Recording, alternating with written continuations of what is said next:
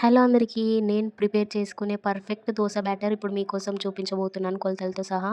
అయితే మనం ఫస్ట్ ఒక గ్లాస్ తీసుకొని దాంతోని ఒక కప్పు మినపప్పు తీసుకోవాలి. ఒక కప్పు మినపప్పు తీసుకుంటే దానికి 2 కప్పుల బియ్యం, రేషన్ బియ్యం తీసుకోవాలి. రేషన్ బియ్యం లేకపోతే నార్మల్ బియ్యం అయినా సరే తీసుకోవాలి.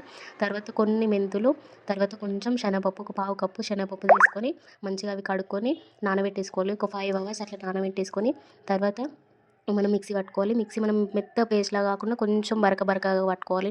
నూకగా అట్లా ఉండేటట్టు. తర్వాత అదంతా ఓవర్ నైట్ మంచిగా సోక్ చేసుకోవాలి. ఆ బ్యాటర్ అనేది బయటనే ఫ్రిడ్జ్‌లో పెట్టకుండా, అది కొంచెం లేట్ అయినా పొంగిపోతది. చూసుకొని మంచిగా నానబెట్టుకోండి పిండైతే.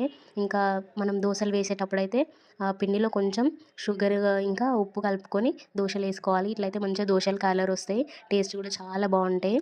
చూడండి, నేను ఫస్ట్ దోస ఏసినప్పుడు కూడా అది దోస మంచిగొచ్చింది. పెంకకి అతుక్కోకుండా రావాలంటే ఫస్ట్ మంచిగా హీట్ చేసుకోవాలి. తర్వాత కొంచెం లైట్‌గా ఆయిల్ పెట్టుకొని గ్యాస్ లో ఫ్లేమ్‌లో పెట్టుకొని మంచిగా వాటర్ జల్లుకోవాలి. వాటర్ జల్లుకున్న తర్వాత అప్పుడు దోసేసుకోవాలి.